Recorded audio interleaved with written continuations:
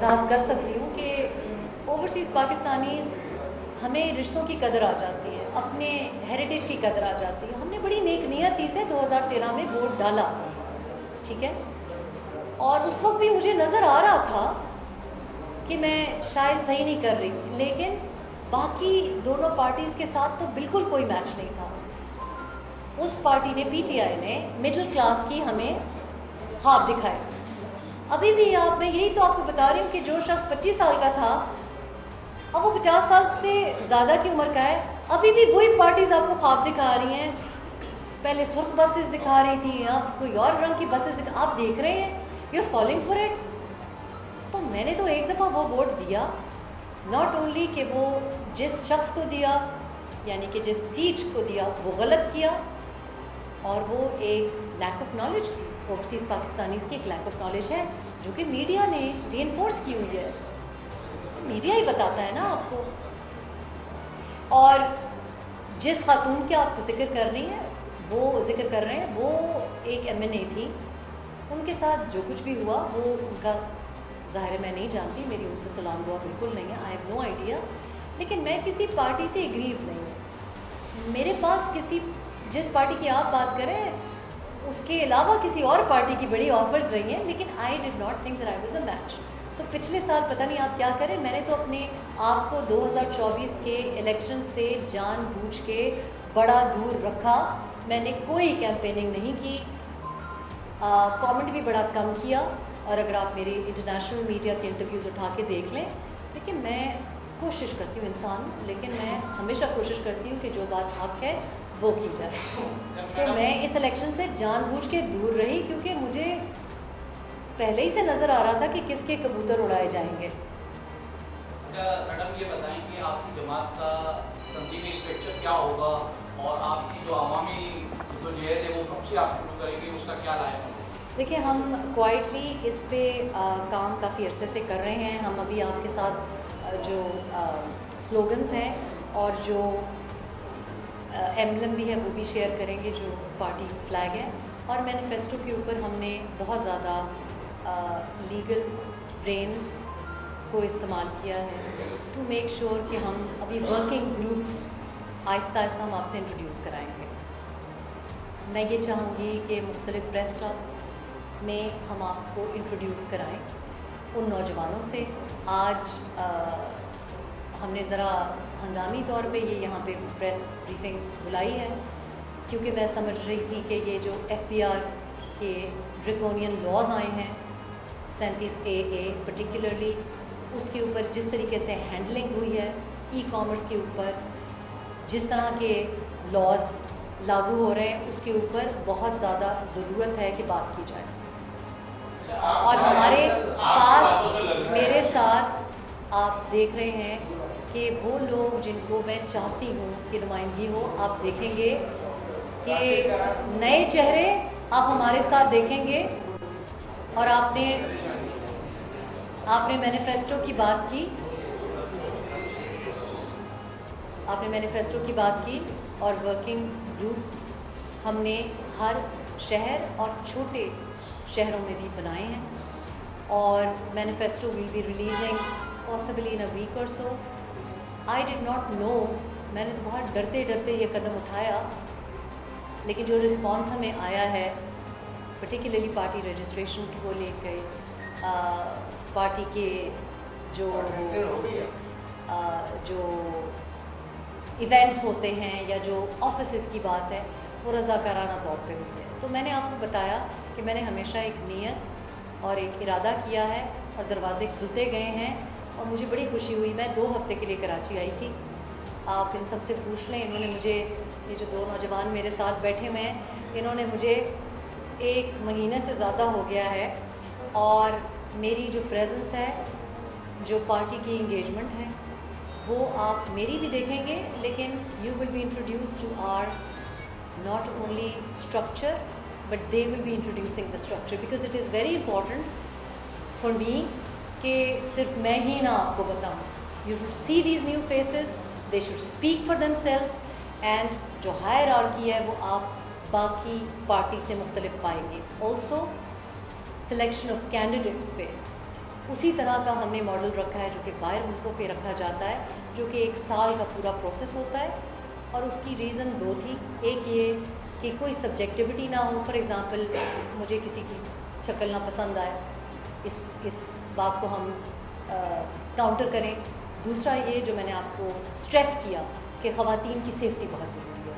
It is not safe कि कोई एक शख्स या कोई पावरफुल ओहदेदार डिसाइड करे। ये मेरे लिए बहुत इम्पॉर्टेंट है, बिकॉज ज़ाहिर है कोई वजह होगी कि मैंने सियासी जमातों से या ऐसी पोजीशन से अपने आप को डिस्टेंट रखा है। जी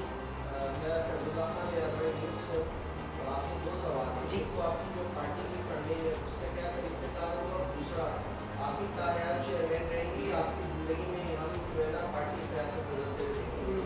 मैंने आपको अल्लाह करे कि मैंने तो आपको 30 साल का सिर्फ प्लान बना के बताया है।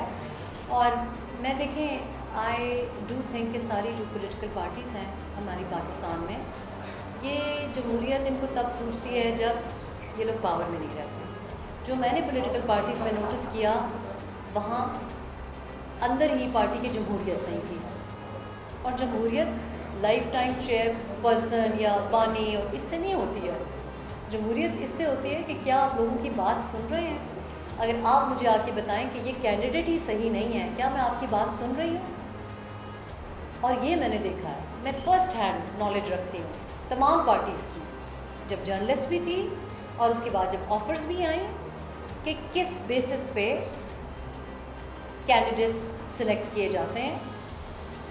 और वो हमने उसके लिए ऐसे मेजर्स इन प्लेस रखे हैं कि जहाँ ये चेक हो कि जहाँ मेरी पसंद या नापसंद या किसी सीनियर की पसंद या नापसंद या अना या तकब्बर, डिक्टेटोरियल अप्रोच ना रखी जाए। ये इसलिए इम्पॉर्टेंट है कि सही कैंडिडेट हो, पर इसलिए भी इम्पॉर्टेंट है कि आप बाकी लोगों की गलतियों से देख रहे हैं कि उनकी सियासत ख़त्म हुई है। मेरे लिए मेरा नाम और मेरी इंटेग्रिटी इम्पॉर्टेंट थी। मैं जिस ख़ानदान से ताल्लुक़ रखती हूँ और जो मेरी पर्सनल एक रविश है, मेरे लिए मेरा नाम इम्पॉर्टेंट है, पोजीशन इम्पॉर्टेंट नहीं है। You will be aware, may be इनकी तो ख़बर गलत है, लेकिन ऐसी ऑफ़र्स आई हैं जिनके लोग विटनेस हैं कि हमने उसको रिफ्यूज़ किया है ऑन द बेसिस कि उसमें शायद मेरी थोड़ी सी लाइमलाइट या थोड़ा सा उसको मैं पावर भी नहीं समझती। तो ये जो आप स्ट्रक्चर देखेंगे, यू विल बी प्लीज्ड कि जितनी ये बारिश हुई है पार्टीज़ की, उनसे मुख्तलिफ पाएंगे। और अगेन, ये ज़बानी जमा खर्च नहीं है। These are people who have working knowledge. उनकी CVs आई हैं मेरे पास। I have in on many occasion not met them. अच्छा, फंडिंग के लिए बिकॉज आजकल का दौर बड़ा, I think we have to change with the times. So I have also proposed कि हमें जो मॉडर्न अब अप्रोच है, जहाँ आपकी ट्रांसपेरेंट ट्रांजैक्शंस होती हैं, ये बहुत इम्पॉर्टेंट है कि आपको एग्जैक्टली पता हो कि किसने फंडिंग की है।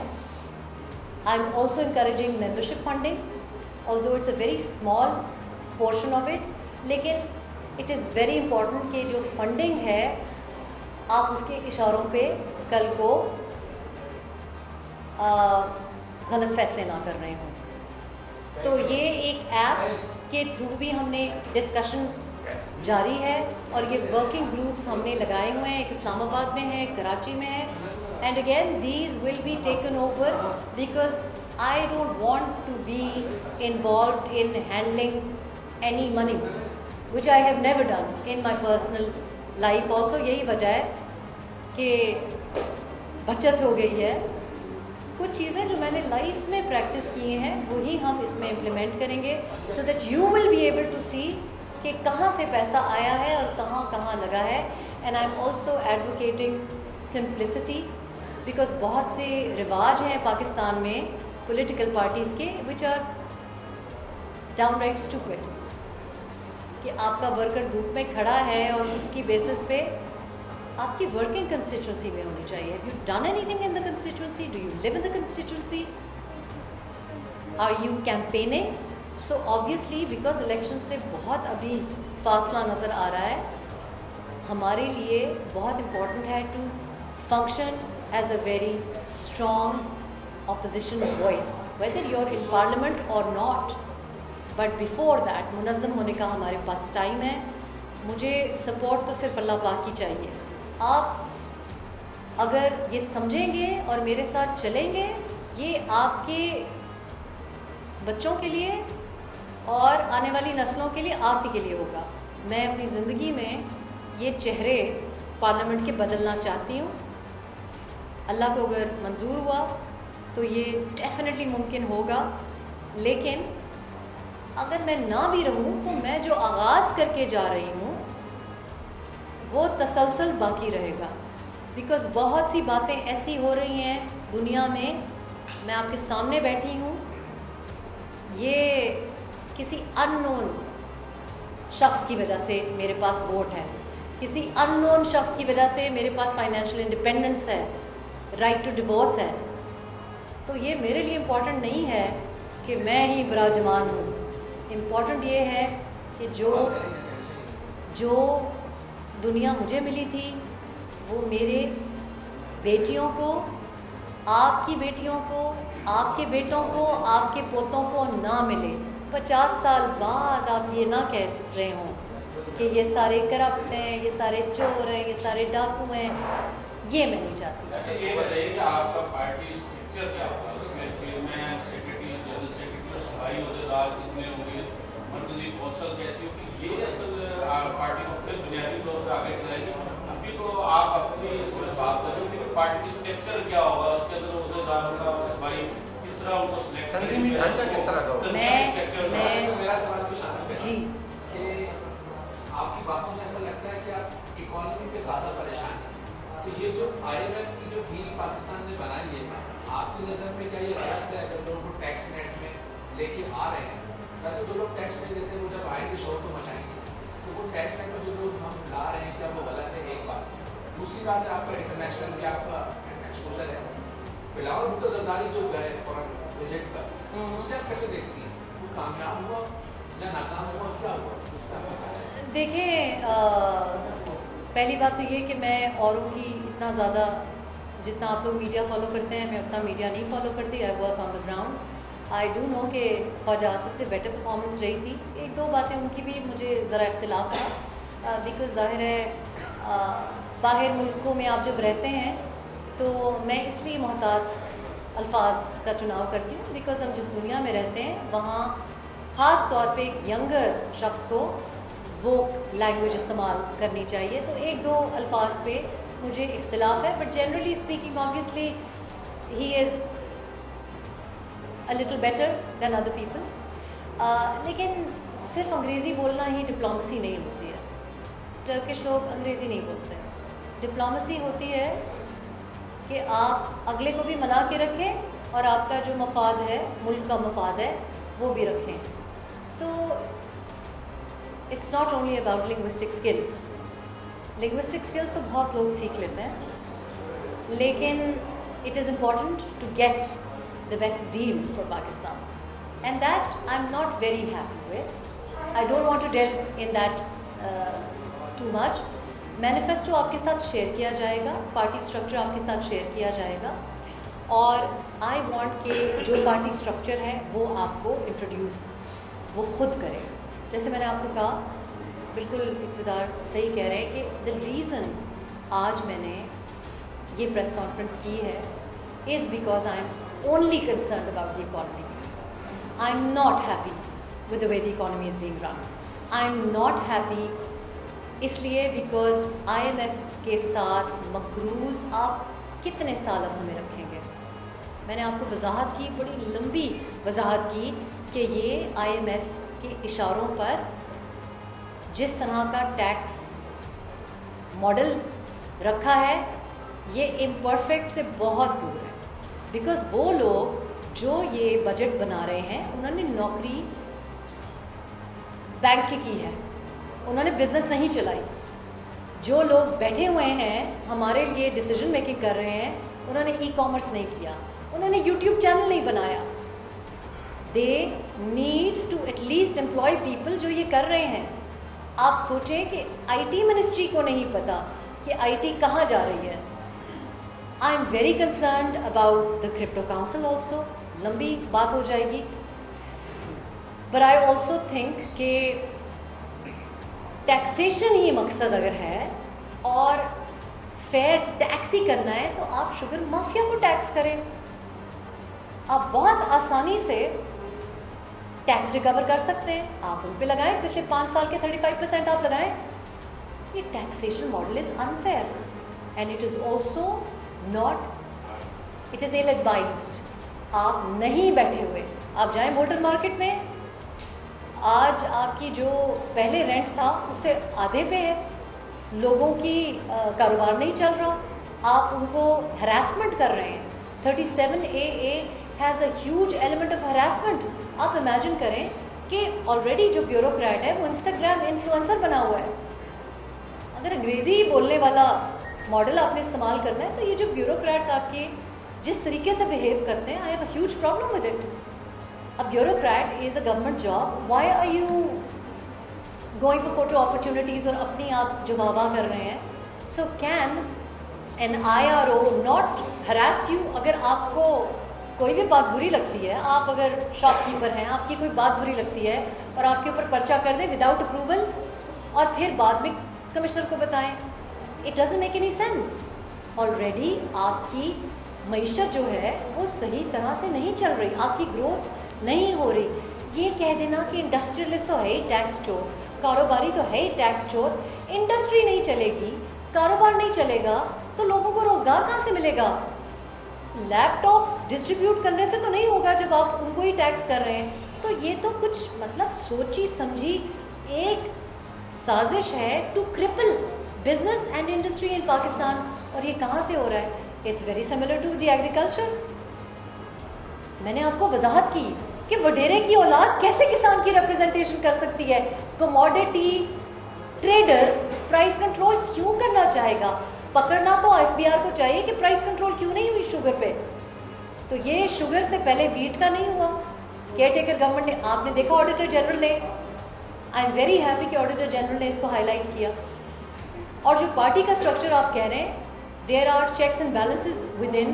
अब अगर आप चाहें तो मैं आपको मैनिफेस्टो पढ़ के सुना देती हूँ, but it would be much easier कि आपके पास ये जाए और आप खुद ये पढ़ें। And I would also be very keen कि अगर आपको कोई इसमें बात लगे कि बिकॉज ये बहुत दफ़ा मेरे पास आया है, इसमें बहुत सी बातें ऐसी थी जिस पे यंगर जो हमारे ग्रुप में लोग हैं उनको एतराज़ात थे, बड़े वैलिड एतराज़ात थे। कुछ ऐसी बातें भी थी जो रेटरिक में आती हैं, जो आजकल कहना बड़ा ज़रूरी होता है। I don't think they're necessary. तो इकॉनमी ही हमारा मसला है, इकॉनमी पर ही बात होगी और कॉम्पिटेंसी देखी जाएगी। इंटीरियर मिनिस्ट्री का क्या काम है? सड़कें बनाना। यही प्रॉब्लम है ना, the right person for the right job does not exist. So ये पार्टी में हमने बड़ा फोकस किया, जैसे मैंने आपको कहा, आई एम श्योर कि इक़्तिदार के पास अभी आ गया होगा, we'll share it with you. I would want कि इस्लामाबाद में जब आप हमारी स्ट्रक्चर जो कोर कमेटी तो नहीं कहना चाहिए इसको because it's a dangerous word, लेकिन हमारी जो सेंट्रल जिन्होंने मैनिफेस्टो पे काम किया है, जो हमारे फेसेस हैं, वो आपको खुद ये इंट्रोड्यूस करके बताएं। But the manifesto is economy driven, the manifesto is Republic driven, the manifesto and the structure of the party is representative of constituencies. तो आपको कोई सिर्फ टिकटॉक फेम या सेलेब फेम नहीं मिलेंगे, आपको फ्रेश फेसेस दिखाई देंगे।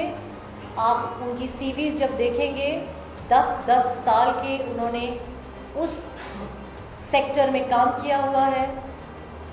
ऐसे यंगस्टर्स हैं जो कि कमिटेड हैं to those issues that are key to my mission. For example child protection, child labour, begging, फिर जो एक परसिक्यूशन हो रही है कुछ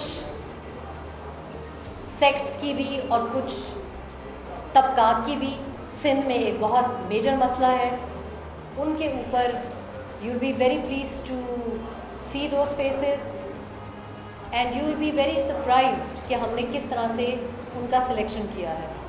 इसी तरह we will be campaigning and advocating for changes even at bar association levels, judiciary levels, क्योंकि I don't want कि आज एक पार्टी को जो सपोर्ट कर रहा है और कल दूसरी पार्टी को जो सपोर्ट कर रहा है, CV बहुत इम्प्रेसिव एक इंडिकेशन होती है कि पिछले 20 साल ये बंदा क्या करता रहा है।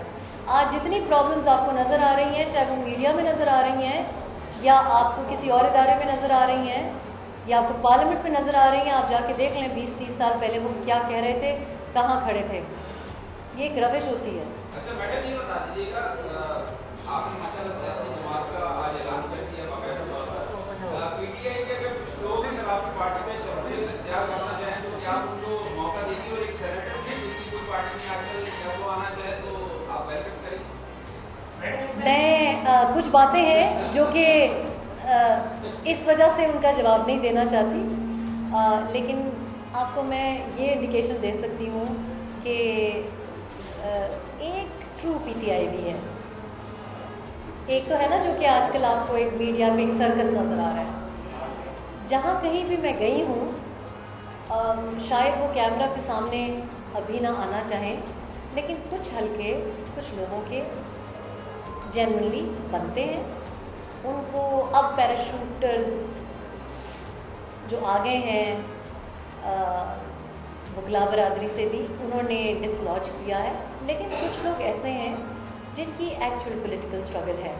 तो मेरे नज़दीक ये कोई बात, कोई मुमाने तो बड़ी दूर की बात है। मेरा ख्याल है बहुत जगह पे मुझे वेलकम ऐसे लोगों ने किया है जो कि आप समझें कि मेरे शायद मुझसे इख्तिलाफ़ रखते हों, लेकिन ज़मीनी हक़ाइक़ कुछ और है। और मैंने उनको जाके कुछ लोगों को प्राइवेटली मुबारक भी दी है। ये हल्का पहले भी उनका बनता था, अब किसी और वजह से उनको मिल गया है, लेकिन उनकी एक जायज़ हक़ भी था। तो ये भी वजह है कि कुछ चेहरे आपको आहिस्ता आहिस्ता नज़र आएंगे, लेकिन ये वो नहीं है जो कि पार्टियाँ बदलते रहे। ये वो हैं जिनको पीटीआई ने भी या PMLN ने भी या किसी और जमात ने भी नज़रअंदाज किया, और इसलिए नज़रअंदाज किया क्योंकि वो जेन्युइन थे और वो जेन्युइन हैं। और मैं समझती हूँ कि अगर एक शख्स की ज़मानत की बात करते किसी की ज़बानें नहीं थकती, तो अगर कुछ लोग पार्लियामेंट में बैठ सकते हैं, वॉशिंग मशीन में से धुल के आ सकते हैं, तो आम जो सपोर्टर या वोटर है जो कि मासूम है और वर्गलाया गया है या इस्तेमाल हो गया है, कुछ तो ऐसे लोग हैं जिनके ट्विटर अकाउंट्स उनकी नॉलेज में नहीं था, इस्तेमाल हुए हैं। तो मैं तो अच्छाई लोगों की, आपको मैंने कहा, याद रखती हूँ, बुराई याद नहीं रखती। मैं लोगों की मजबूरियाँ भी समझती हूँ, and I think it is unfair कि लोगों की जो जिदोजहद रही है, जो लोग पुलिस रिकॉर्ड्स अपने बना के बैठ गए हैं, उनके लिए उन्हीं की पार्टी जद्दोजहद नहीं कर रही। मेरे लिए कोई फ़र्क नहीं है। What is unfair is unfair. और मेरा ख्याल है कि अगर इतने वर्गलाने वाले बैठ गए हैं पार्लियामेंट में, तो कोई तंदूर चलाने वाला या कोई बच्ची जो कि शायद जेन्युइन चेंज मांगती थी, अगर उसका क्रिमिनल रिकॉर्ड बन गया है, उसकी ज़मानत बनती है, वो नहीं करेंगे, मैं तो करूँगी।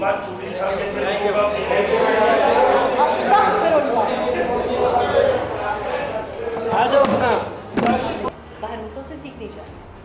हम गलत बातें ही सीख के आते हैं। Funding is very important, but funding has to be transparent. Funding also has to be कि अगर कोई शख्स, कोई लड़का, कोई नौजवान, कोई खातून जिसके पास फंडिंग नहीं है और अगर वो मेरिट रखता है, उसकी फाइनेंसिंग करना ज़रूरी है, एंड दैट इज़ की।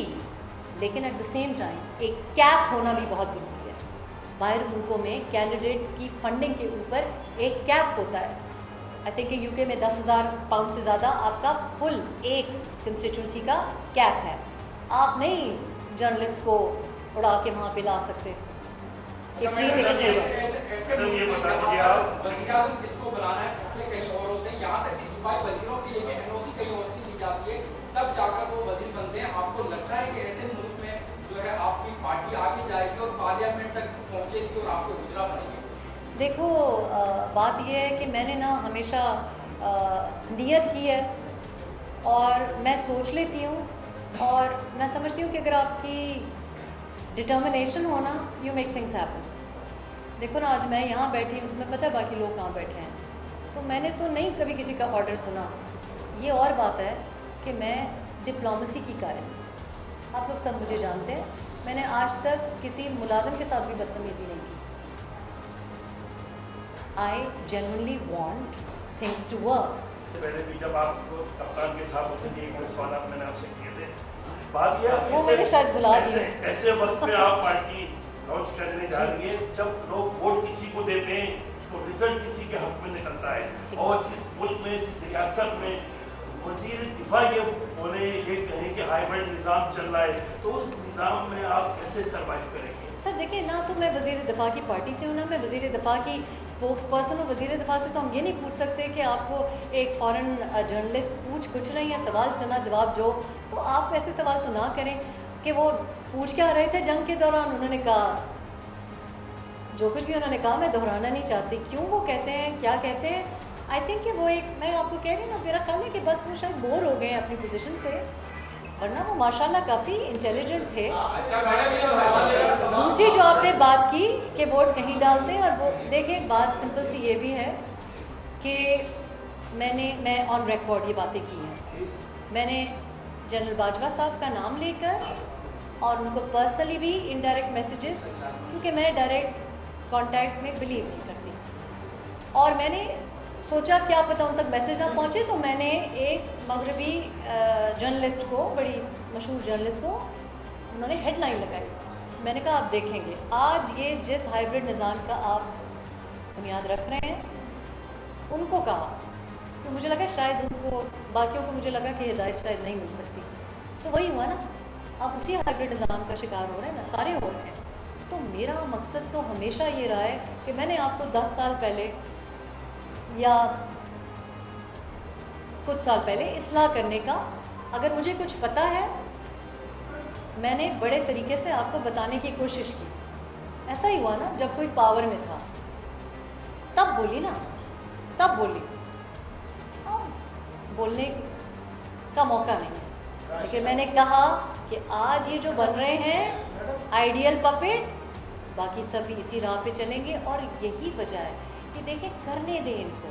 मेरा जो लोगों की गलती है, लोगों ने बहुत कुछ किया है ज़िंदगी में, मैंने वो नहीं किया, लेकिन मैं दोबारा दोहरा रही हूँ कि अल्हम्दुलिल्लाह मैं यहाँ हूँ, और जो अल्लाह की मर्ज़ी होगी, अल्लाह को मंजूर होगा, अल्लाह की मर्ज़ी है। अगर नहीं होगा मंजूर, तो वो अल्लाह पाक फैसला करेगा मेरे लिए। मैं तो 30 साल का प्लान बना के आई हूँ, बहुत प्लान बनाया है, बिकॉज हो सकता है अल्लाह पाक की मर्जी हो 50 साल हो जाए। सबको नंबर दिया जाएगा। बरसात हो रही है, नई नई पार्टी की बरसात हो रही है जी, जो पुरानी पार्टी होंगे अब फारिग हो रही है सारी। और सेकेंडली ये बता दीजिएगा, शेख रशीद का कहना था गेट नंबर 4 के साथ पैदावार होगी सियासी जमातें, तो आपने बता दिया गेट नंबर 4 से आपकी फ्लाइट आई है या कहीं और से? मैंने जी आज तक गेट नंबर 4 देखा ही नहीं, हालांकि मैंने सारी ज़िंदगी मतलब एटलीस्ट जो मेरा एडोलेसेंस है, मैंने पिंडी में गुजारा है। गेट नंबर 4 मुझे मैं आपको हल्फन बताऊँ, मुझे नहीं पता गेट नंबर 4 है कौन सा, शायद वो एक्सेस उन्हीं के लिए। हम तो डायरेक्ट ही गए हैं, जब भी गए हैं बरमला गए हैं, मुँह छुपा के भी नहीं गए, बुरकों में भी नहीं गए। तो मैं यहाँ गेट नंबर 4, गेट नंबर 1, 2, 3, 5, 15, अब बड़े गेट है मैंने सुना है, वहाँ से नहीं है। I hope that answer. मैंने कहा जब भी कभी किसी से बातचीत हुई है, मैं बरमला डायरेक्ट, यानी इन पब्लिक, हम दरवाजे बंद करके बात। देखिए बात यह है कि आपकी ये समझने वाली बात है कि आर्मी जो है आपकी, ये अब तो सबको मोहब्बतें हो गई हैं, लेकिन हर इंस्टीट्यूशन का, हर शख्स का अपना रोल होता है। डीप स्टेट हर मुल्क में होती है, ट्रंप जो है अपनी नहीं चला रहा, there is a deep state policy जो कि साल 100-200 साल प्लान होती है। लेकिन मैं गेट नंबर 4 की पैदावार नहीं हूँ, ना मैं इजाज़त लेके आई हूँ, ना मुझे ख्याल आया। ये तो किसी ने मुझसे अभी रास्ते में सवाल पूछा तो मैंने कहा मैं सेटिस्फाई कर दूँ, मुझे इजाज़त लेने की किसी से भी ज़रूरत नहीं है, मुल्क मेरा अपना है। और आपने कहा कि भरमार हो रही है, बारिश हो रही है पार्टीज़ की। देखें, मुझे नहीं पता कि बारिश हो रही है पार्टीज़ की, कौन है, कहाँ से आए हैं, उनकी वो जाने। There is no harm in launching political movements and launching political parties. It is good to have choice, but ultimately ये तो कस्टमर या क्लाइंट डिसाइड करता है ना कि कौन कितनी वैल्यू रखता है। आप मुझे भी जानते हैं, बाकी लोगों को भी जानते हैं, मैं किसी को भी, मैं शायद उनको आपसे बेहतर जानती हूँ, लेकिन मेरा मकसद यहाँ पे आके किसी और को रगड़ना नहीं है, मुझे नोटिफिकेशन नहीं चाहिए। तो मैं तो आपको अपने बारे में बता रही हूँ, यू शुड बी सेटिस्फाइड कि मैं कहाँ से आई हूँ, मैं कहाँ जा रही हूँ। That is what you should be concerned about. बाकी पॉलिटिकल पार्टीज़ का फ्यूचर, भाई मेरे, मुझे तो वो पॉलिटिकल पार्टीज़ लगती ही नहीं है। पॉलिटिकल पार्टीज़ तो पॉलिटिक्स करती हैं, तो वो तो अपने लिए, अपने को ख़त्म करने के लिए काफ़ी हैं। आपको अच्छी तरीके से पता है, हम कराची में बैठे हैं, आप लाहौर चले जाएं, इस्लामाबाद चले जाएं, मैंने तो वजाहत कर दी। या तो नज़र ही नहीं आता जी प्राइम मिनिस्टर है कौन, शायद वो खुद भी भूल जाते हो कि कौन prime minister. I am not interested, they have their own अपनी, अगर रिवाइव अपने को करना चाहेंगे वो जाने, मेरा तो उनसे कोई ताल्लुक़ ही नहीं है ना। प्रॉब्लम मुझे ये है कि वोट को इज़्ज़त दो, जो भाई साहब ने बात की, दैट इज़ ट्रू, मैंने वो सपोर्ट किया, लेकिन वोटर को इज़्ज़त देने को मैं सपोर्ट ज़्यादा करती हूँ। ये बताइएगा, आपने पार्टी को बना दिया, जलाल तो कर दिया जी, इससे कबल जो है 1 साल 1.5 साल पहले आपसे नून लीग में शमूलियत के लिए कहा गया था कि आप नून लीग में शमूलियत करें। किसने कहा था? किसी ने डायरेक्टर आपसे रब्ता किया था कि आप नून लीग में, किसने किया था? ये खबरें हैं कि आपको नून, ये आपकी खबर है, मेरी खबर तो नहीं है। ये खबर चली थी कि आपको क्या नून लीग में शमूलियत। साथ साथ ये बताएं कि क्या मुस्तकिल मिजाज इस पार्टी की रहेगी, जैसे आयशा गुलाली पार्टी से नाराज होकर पार्टी बनाई, फिर वो पता नहीं कहाँ चली? नहीं, देखिए, पहली बात यह है कि आप जिन खातून की बात कर रहे हैं वो MNA थी उस पार्टी से। मैंने आपको वजाहत की कि मैं कभी किसी पार्टी की, पाकिस्तान में मैं किसी पार्टी की मेंबर नहीं रही, और कुछ पार्टी से तो एक नज़रियाती इख्तलाफ भी होता है। मैंने एक ही दफ़ा वोट दिया है, वो मेरे ऊपर बड़ा भारी है।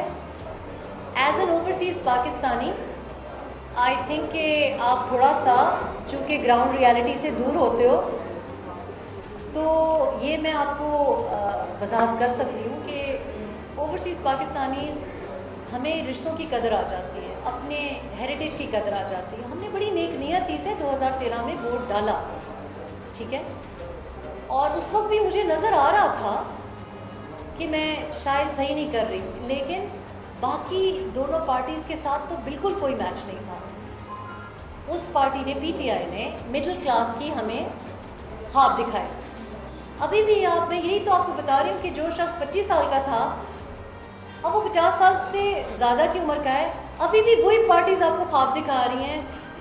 पहले सुर्ख बसेस दिखा रही थी, अब कोई और रंग की बसेस दिखा, आप देख रहे हैं, you are following for it.